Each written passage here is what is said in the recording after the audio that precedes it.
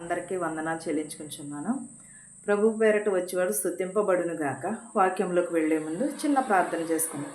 సర్వశక్తిమంతుడా, సర్వోన్నతుడా, వేవేల దోతలతో కొనియాడబడుచున్న దేవా, నీకు వందనములు, నీకు స్తోత్రాలు. నాయన వాక్యం వినిచుండగా ప్రభా, మా హృదయములు మార్చమని అడుగుచున్నాం ప్రభా, మా మనస్సులో మార్చమని అడుగుచున్నాం ప్రభా. వినిచున్న ప్రతి ఒక్కరికి ప్రభా మారు మనసును దయచేయమని అడుగుచున్నాం ప్రభా. విరిగి నలిగిన హృదయమును దయచేయమని అడుగుచున్నాం ప్రభా. సహోదరి ప్రేమ కలిగి జీవించే ధన్యతను దయచేయమని అడుగుచున్నాను నైనా ప్రభా. ప్రతి ఒక్కరి కుటుంబంలో ప్రభా మనశ్శాంతిని దయచేయమని అడుగుచున్నాను ప్రభా. నా వాక్యము ప్రభా విన్ని ప్రభా అభివృద్ధి చెందుటకు సహాయం చేయమని అడుగుచున్నాను తండ్రి. ఆమేన్. గలతీలకు వ్రాసిన పత్రిక 6 మొదటి నుంచి 10 అధ్యాయాలు చదువుకుందామండి.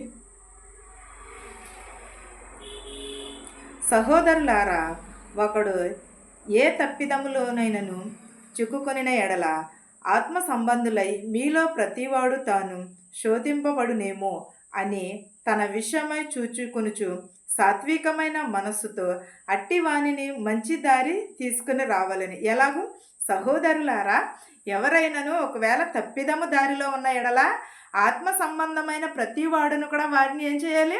మంచి మార్గంలో నడిపించాలి. మంచి మార్గంలో నడవమని మనము చెప్పాలి. కానీ ఎవరను కూడా అలా చేసేవారు లేరు ఈ రోజుల్లో. ఒకవేళ చెప్తున్నాను కదా అనేసి వినేవాళ్ళు కూడా లేరు. ఎందుకంటే వీళ్ళు చెప్పింది నేను వినడం ఏంటి అని అనుకుంటారు. కానీ ఏం చేయమంటున్నాడు యేసుక్రీస్తు వారు? ఏమంటున్నారంటే, ఒకవేళ ఎవరైనా శోధింపబడిన ఎలా తన విషయమై చూచుకునిచు సాత్వికమైన మనసుతో అట్టివాణిని మంచి దారిలో తీసుకుని రావాలని అన్నాడు. మంచి దారిలో తీసుకుని రావాలని మన బిడ్డలను మనం ఏమనుకుంటాం? ఒక ప్రయోజకుని చేయాలి, లేకపోతే ఒక అభివృద్ధిలో తీసుకురావాలి అని అనుకుంటాం. కానీ వాళ్ళకి మనం చెప్తే ఎలా ఉంటుంది? మా నాన్న అంత మాటలు ఇలాగే చెప్తున్నాడు, మా అమ్మ అంత మాటలు ఇలాగే చెప్తుంది, వీళ్ళకి పని లేదు అని అనుకుంటూ ఉంటారు. కానీ మన బిడ్డలను మనం ఏమనుకుంటామంటే మంచి దారిలో నడవాలని అని అనుకుంటున్నాం. ఇలాగే దేవుడు కూడా మనల్ని కూడా అనుకుంటాడు కదా, నా బిడ్డలు మంచి దారిలో నడవాలి అని. ఒకని భారముల నొకడు భరించి ఇలాగూ క్రీస్తు నిమిషమై పూర్తిగా నెరవేర్చుడు. ఇలాగే నెరవేర్చమని చెప్పుచున్నాడు. నీవు ఒకని భారము నొకడు భరించి ఇలాగూ క్రీస్తు విషయమై పూర్తిగా నెరవేర్చుడి అని అంటున్నాడు. అంటే మనం ఒకరినొకరిని అర్థం చేసుకుని ఎదురుకు వెళ్ళి ఒకరు మంచి దారిలో నడిపించి మనము ఏం చేయమంటున్నాడు? నెరవేర్చుడి అని అంటున్నాడు. ఎవడైనాను అట్టివాడైనను తాను ఎన్నికైన వాడనని ఎంచుకున్న ఎడల తనను వాడే మోసపరుచుకును. అంటే నాకు నేనే తెలివైన వాడిని, నాకు నేనే మంచి మార్గంలో నడుచుకుంటున్నాను, నాకు నేనే మంచివాడని అని అనుకునేవాడు తనకు తనను మోసపుచ్చుకుని. ఎందుకంటే ఎదుటివారు మనకంటే తెలివిగా ఆలోచిస్తారు. మనమే ఇంత తెలివితేటలుగా ఆలోచిస్తే మనకంటే ఎదుట ఉన్నవారు ఇంకా తెలివితేటలుగా ఆలోచిస్తూ ఉంటారు. అందుని బట్టి మనం ఏం చేయాలి? వాడికంటే తెలివైన నేనే అని అనుకుంటే తనను తానే మోసపరుచుకును. ప్రతి వాడును తాను చేయు పనిని కొనవలెను. అప్పుడు ఇతరుని బట్టి కాక తమ్మును బట్టి అతనికి అతిశయము కలుగును. ఎలాగ ప్రతి వాడును కూడా తాను చేయించిన ప్రతి పనిని కూడా పరిశీలన చేసుకోవాలి. అతిశయము అప్పుడు కలుగుతుందని అన్నాడు. కాక తమ్మును తామే అతనికి అతిశయం. నిజమే కదండి. మనం ఏదైనా పని చేస్తున్నాం అనుకో, 1కి 10 సార్లు ఆలోచించి దాని నిర్ణయం తీసుకోవాలి. ఒకవేళ ఆవేశంలో తీసుకుంటే అది ఒకవేళ తప్పుదారి అవ్వచ్చేమో, ఒకవేళ చెడుదారి అవ్వచ్చేమో కదా. అందుకనే ఒకటికి 10 సార్లు ఆలోచించి మనం సరైన నిర్ణయం తీసుకోమన్నాను. మన పిల్లలను మనము అడుగుతూ ఉంటాం కదా, అమ్మ ఇదేంటది ఇలాగా అనేసి, బాబు ఏంటమ్మా ఇది ఇలా చేద్దాము అలా చేద్దామని 1కి 10 సార్లు అడిగి మనము మంచి నిర్ణయం తీసుకోమని అంటున్నాడు. తనను ప్రతి వాడును తను చేయు పనిని పరీక్షించుకోవాలని అంటున్నాడు. అప్పుడు ఇతరులను బట్టి కాక తనను బట్టియే అతనికి అతిశయము కలుగును. అంటే మనం ఇతరులతో ఆలోచించినప్పుడు, ఇతరులతో బయట వారితో కూడా ఆలోచిస్తే మనల్ని చులకన చేసేస్తూ ఉంటారు. కానీ అలా కాదు, మన కుటుంబ సభ్యులతో ఒక దిక్కున కూర్చుని మనం అమ్మ ఈ పని చేద్దాం, లేకపోతే ఇది ఇలా పలాని పని చేద్దాం అని ఆలోచించుకుని వాళ్ళు నిర్ణయం తీసుకోమన్నా. అప్పుడు తనకి మంచి ఆలోచన వస్తుంది కదా. ఒకవేళ మా అమ్మాయి ఒక మాట చెప్పచ్చు, ఒకవేళ అబ్బాయి ఒక మాట చెప్పచ్చు, లేకపోతే ఇంకొక మాట చెప్పచ్చు. దాంట్లో ఏదో మంచి నిర్ణయము మనం తీసుకుంటాం. అప్పుడు మనకి అతిశయము కలుగుతుంది అని అంటున్నాడు. ప్రతి వాడును తన బరువు తానే భరించుకునవలెను కదా. నిజమే కదండి. మన భారము మనమే భరించుకోవాలి. ఒకరికి రాదు. మనం చేసిన పనిలో నష్టమైన కష్టమైన మనకే వస్తుంది. అలాంటి అది భారమైన నష్టమైన కూడా మనమే భరించుకోవాలి కదా. వాక్యోపదేశము పొందువాడు ఉద్దేశించిన వానికి మంచి పదార్థములన్నిటిలో భాగం ఇవ్వవలెను. ఎలాగో మంచి వాక్యము ఉపదేశము పొందువాడికి మంచి వాక్యము ఉపదేశము పొందువాడు ఉపదేశించువానికి మంచి పదార్థములన్నిటిలోనూ భాగం ఇవ్వవలెనని మనం చాలామంది మనం ఒక కలిగిన దాంట్లో దశమ భాగాలు తీయటానికి చాలామంది బాధపడిపోతూ ఉంటారు. దేవుడిచ్చింది దేవునికే తిరిగి ఇస్తున్నాము. దేవుడు మనతో లేడు కాబట్టి ఒక ఉపదేశకుడికి ఇమ్మని చెప్పుచున్నాడు. ఒక ఉపదేశకుడికి ఇచ్చినప్పుడు చాలా బాధపడిపోతారు. దేవుడు 10 వంతులు ఇస్తే 9 వంతులు మనల్ని తీసుకొని దేవుడు 1 వంతు మాత్రమే కదా అడిగి ఉన్నారు. ఎవరిస్తున్నారు ఒక్కసారి ఆలోచించండి. దేవునికి 10వ వంతులో 1 వంతు ఎవరే ఇస్తున్నారు? ఒకవేళ ఇచ్చినా కూడా అయ్య బాబాయ్ ఇవ్వాలా వీళ్ళకి అని అంటూ ఉంటారు. ఒక చిన్న ఉదాహరణ, ఒక చర్చి కట్టుకున్నప్పుడు ఒక ఆమె ఏం చేసిందంటే పట్టుకువెళ్ళి చందా చేసింది. చందా అయితే వచ్చిన వాళ్ళు అందరూ కూడా నువ్వు వెయ్యాలా అని తిట్టారంట ఆమెని తిట్టినప్పుడు ఆమె ఏం చేసిందంటే నాకు ఇవ్వాలి కాబట్టి నేను ఇచ్చాను, ఇవ్వాలని అనిపించింది కాబట్టి నేను ఇచ్చాను, మిమ్మల్ని ఇవ్వమని నేను అనలేదు కదా, మీకు ఇష్టమైతే ఇచ్చుకోండి లేకపోతే లేదు అని అన్నది. కానీ అలాగ మేలు పొందిన వారు కూడా విశ్వాసం లేకోకుండా ఉంటున్నారు. విశ్వాసమును బట్టే దేవుడు మనలను పరీక్షిస్తూ ఉంటాడు. కానీ అలా ఎవరిదంటే ఎందుకంటే నేనున్నాను అనుకోండి, నాకు ఒక దైవజనుడు ప్రార్థన చేసినప్పుడు ఎంతో కొంత దశమ భాగం ఇస్తాము. అప్పుడు ఇచ్చినప్పుడు అది నాకు సంతృప్తి కలుగుతుంది.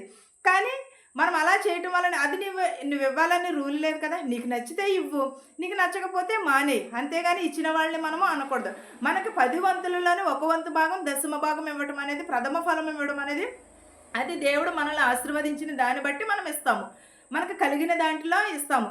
ఉపదేశకులకు ఉపదేశించిన వారికి మంచి పదార్థములన్నిటిలో భాగము ఇవ్వమని అని అంటున్నాడు. మంచి పదార్థములన్నిటిలోనూ కూడా ఒక భాగం ఇవ్వమన్నాడు.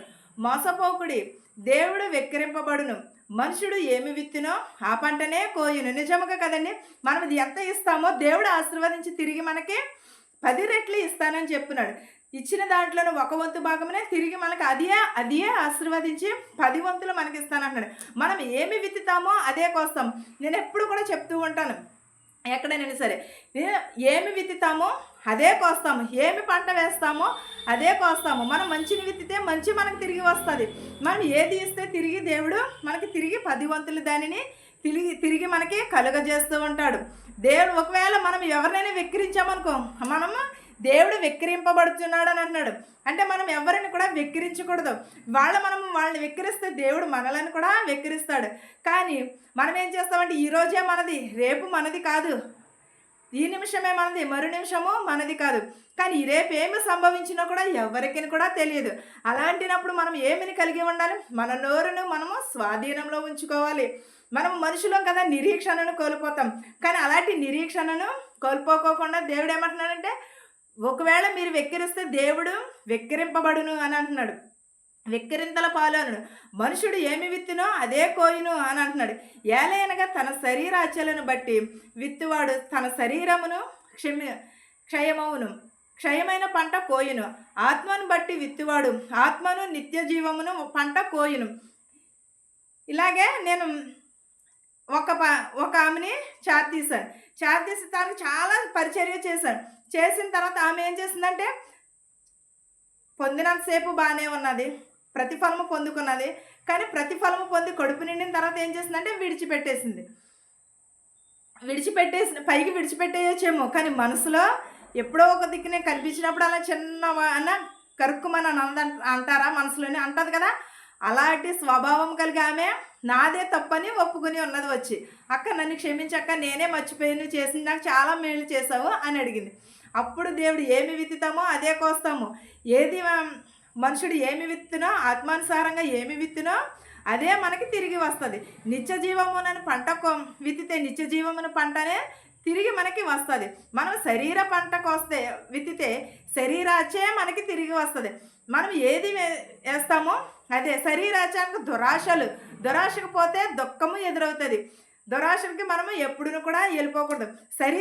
శరీర క్రియలను మనము విడిచిపెడితే దేవుడు మనలను అధికముగా ఆశీర్వదిస్తాడు.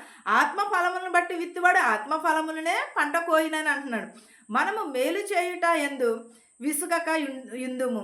మనము అలయక మేలు చేసితిమని తగిన కాలమందు పంట కోతుము. ఎలాగూ మనము మేలు చేస్తే మనము తగిన కాలమునందు మనము తగిన పంట కోస్తాము. కోసినది తగిన కాలమందు తగిన పంట. మేలు చేస్తే మేలే తిరిగి వస్తుంది, కీడు చేస్తే కీడే తిరిగి వస్తుంది. చాలామంది కూడా నా జీవితంలో అయితే ఇవి కంపల్సరీ జరిగినది. నేను మనము మేలు పంట వేస్తే మనకి మేలు అనే పంట తిరిగి మనకి వస్తూ ఉంటుంది. గల్తీలకు రాసిన పత్రిక 6వ అధ్యాయం 10వ అధ్యాయంలో ఉన్నదండి. ఇది మనము మేలు చేయుట ఎందు విసుగక ఎందు మనము మేలు అలయక మేలు చేసితిమని తగిన కాలమందు పంట కోతుము. కాబట్టి మనకు ఆ సమయము దొరికిన కొలది అందరి ఎడల విశేషముగా విశ్వాస గృహమునకు చేరి వారిని ఎడల మేలు చేయుదు. ఎలాగో మనము మేలు చేసినప్పుడు విసుగుపోకూడదు. కానీ అలా మేలు చేసినప్పుడు విసుగుపోస్తే ఏమొస్తుంది? తిరిగి మనకి ఆశీర్వాదం వస్తుంది అంటారా? రాదు కదా. అలాగే మనం ఏం చేయాలంటే మనం మేలు చేసినప్పుడు విసుక్కోకూడదు. అది వాళ్ళకి ఆశీర్వాదం కాదు, మనకి ఆశీర్వాదం. విరిగి నలిగిన హృదయంతో వారు చేస్తేనే వారికి మంచి జరుగుతుంది. మనం ఎప్పుడూ కూడా ఎవరికైనా ధర్మం చేసినప్పుడైనా ఎవరికైనా ఏదైనా పెట్టినప్పుడైనా సరే విసుక్కోకుండా తిట్టుకోకుండా చేస్తేనే అది మనకి మంచి ఫలితముని ఇస్తుంది. ఒకవేళ కోపపడినా కూడా అది మనకి ఆశీర్వాదము కాదు, వాళ్ళకి కూడా ఆశీర్వాదము కాదు. మనం ఏం చేయాలంటే మంచిగా చేయాలి. మంచి మేలు చేస్తే మంచి తిరిగి వస్తుంది, మనకి చెడుని చేస్తే చెడు వస్తుంది. కాబట్టి మనకి దొరికిన కొలది కూడా అందరి ఎడల విశేషంగా విశ్వాస గృహమునకు చేరిన వారిని ఎడల మేలు చేయుదుము. విశ్వాస గృహమును అనగా ఒకవేళ నాకు ఈరోజు ఏం జరిగినా ప్రార్థన పెట్టుకుంటున్నాను అనుకోండి. ప్రార్థన పెట్టుకున్నాను, మనం మేలుతో వెళ్ళి ప్రార్థన చేస్తే వారి కుటుంబమును ఆశీర్వదింపబడుతుంది, మనకి కూడా ఆశీర్వాదమును కలుగుతుంది. చాలామంది అంటూ ఉంటారు, మనం లోపల ఒకటి పెట్టుకుని పైకోటి చేస్తే అది ప్రార్థన అవ్వదు. అది ప్రార్థన కూడా కాదు. అది ఏంటంటే అసూయ, ద్వేషము. మనుషులలో ప్రతి ఒక్కరిలోనూ కూడా ఇదే. కానీ మనం ఏమి విత్తుతామో అదే కోస్తాము. ఆత్మానుసారమైన పంట విత్తితే ఆత్మానుసారమైన పంటనే మనము కోస్తాము. మేలు అనే పంట వేస్తే మేలు అనే పంట మనము కోసుకుని ఉంటాము. అంతేగాని తగిన సమయం అందు మనకి దేవుడు మన గృహమును మన ఇంటిని కూడా కాచి కాపాడతాడు. అంతవరకు మనం ఏం కలిగి ఉండాలి? నిరీక్షణను కలిగి ఉండాలి. ఈ వాక్యమును మీకును మాకును మనందరికీ తోడయ్యుండును గాక. ఆమేన్. ప్రార్థించుకుందాం. సర్వోన్నతుడా, సర్వశక్తిమంతుడా, దయామయుడా, కృపామయుడా, నీకు లెక్కలేని స్తోత్రాలునైనా వినుచుండగా మాకు మారు మనసు దయచేయను ప్రభా. వినుట వలన మాకు విశ్వాసం కలుగుటకు సహాయం చేయ ప్రభా. మా హృదయములు మార్చుము, మనసులు మార్చుమని అడుగుచున్నాం ప్రభా. మా శత్రువుని మిత్రువుల్ని ప్రభా ప్రతి ఒక్కరిని దీవించమని అడుగుచున్నాం ప్రభా. ధనికులనేమి భేదాలనేమి దీవించమని అడుగుచున్నాం ప్రభా. నేను బస్సులో వెలిచిన, రైల్లో వెలిచిన, ఆటోల్లో, ట్యాక్సీలో, బళ్ళు మీద వెలిచిన ప్రతి ఒక్కరిని దీవించమని అడుగుచున్నాను ప్రభా. వారి గృహాలకు చేర్చమని అడుగుచున్నాను ప్రభా. జ్వరములతో బాధపడుతున్నారు ప్రభా, పక్షవాతంతో, క్యాన్సర్తో బాధపడుతున్నారు, వారందరినీ స్వస్థపరచమని అడుగుచున్నాను ప్రభా. నేను నీకే స్తోత్రమును గానమును చేయుచున్నాము నాయన ప్రభా. వినుట వలన ప్రభా విశ్వాసం కలుగుటకు సహాయం చేయమని అడుగుచున్నాను ప్రభా. నేను అనేకమైన ప్రభా రోగములను, వ్యాధులను స్వస్థపరచమని అడుగుచున్నాను ప్రభా. గ్రుడ్డివారిని, మూగవారిని, చెవిటివారిని, అంగవైకల్యము కలిగిన వారిని ప్రతి ఒక్కరిని స్వస్థపరచమని అడుగుచున్నాం ప్రభా. పిల్లలు లేని వారి పిల్లలు దయచేయమని అడుగుచున్నాం ప్రభా. వధువు కోసం, వరుడు కోసం ఎదురు చూస్తున్న వారికి సరైన సహాయం చేయమని అడుగుచున్నాము నాయన ప్రభా. గృహాలలో శాంతి లేకున్నారు ప్రభా, వారందరికీ శాంతిని, సమాధానమును దయచేయమని అడుగుచున్నాం ప్రభా. వినుట వలన ప్రభా విశ్వాసం కలుగుటకు సహాయం చేయమని అడుగుచున్నాం ప్రభా. ప్రతి ఒక్కరి కుటుంబంలో ప్రభా శాంతిని, సమాధానమును దయచేయమని అడుగుచున్నాను ప్రభా. యేసయ్యా నీకు స్తోత్రాలు, యేసయ్యా నీకు వందనాలు నాయన ప్రభా. నేను ఏ పాటి వారిని ప్రభా నీటి బుడగలాంటి జీవితములు ప్రభా మా హృదయములు మార్చు, మా మనసులు మార్చుమని అడుగుచున్నాను. ప్రతి ఒక్కరి కుటుంబంలో శాంతిని, సమాధానమును దయచేయమని అడుగుచున్నాను ప్రభా. ఇతర దేశంలో పనిచేసుకుంటున్న వారికి శక్తిని, బలమును దయచేయమని అడుగుచున్నాం ప్రభా. ఎక్కడెక్కడైతే పనులు లేవో, ఏ దేశాల్లో అయితే పనులు లేవో ప్రభా వారందరికీ పనులు దయచేయమని అడుగుచున్నాను ప్రభా. గర్భిణీ స్త్రీలకు సిలువైన కనుక దయచేయమని అడుగుచున్నాను నాయన ప్రభా. నేను పీసీసీకి వెళ్ళుచుండగా ప్రభా మెడికల్కి వెళ్ళి సఫలము చేయమని అడుగుచున్నాను ప్రభా. వెళ్ళుచున్న వారిని, వచ్చుచున్న వారిని క్షేమంగా తోడుకు రమ్మని అడుగుచున్నాను ప్రభా. మా శత్రువుల్ని, మిత్రువుల్ని దీవించమని అడుగుచున్నాం ప్రభా. మా దేశాలని, మా సంఘాలని ప్రభా దీవించమని అడుగుచున్నాం ప్రభా. మా కోసం సరిహద్దులలో పోరాడుచున్న ప్రతి ఒక్క ఒక్కొక్కరి కుటుంబములను దీవించమని అడుగుచున్నాను ప్రభా. క్షేమకరమైన వాతావరణమును ఉంచమని అడుగుచున్నాను నాయన. నా ప్రార్థనను నీ పాదసని చేర్చుకోమని నజరేయుడైన యేసు నామములో అడిగి వేడుకొనుచున్నాను తండ్రి, ఆమేన్. పరలోకమందున్న మా తండ్రి, నీ నామము పరిశుద్ధపరచబడును గాక, నీ రాజ్యం వచ్చును గాక, నీ చిత్తము పరలోకమందు భూమి యందు నెరవేరినట్లును మా దినాహారం నేడు మాకు దయచేయము. మా రుణస్థులను మేము క్షమించిన ప్రకారము మా రుణములను క్షమించుము. దుష్టుని నుండి శోధన నుండి తప్పించుము. రాజ్యమును శక్తియు మహిమయు నిరంతరము నీవై ఉన్నావు మా తండ్రి, ఆమేన్. చూచుచున్న వారిపైనను వినిచున్న వారిపైనను సదాకాలము ప్రభుని కృపతోడై ఉండును గాక, ఆమేన్. అందరికీ వందనాలండి.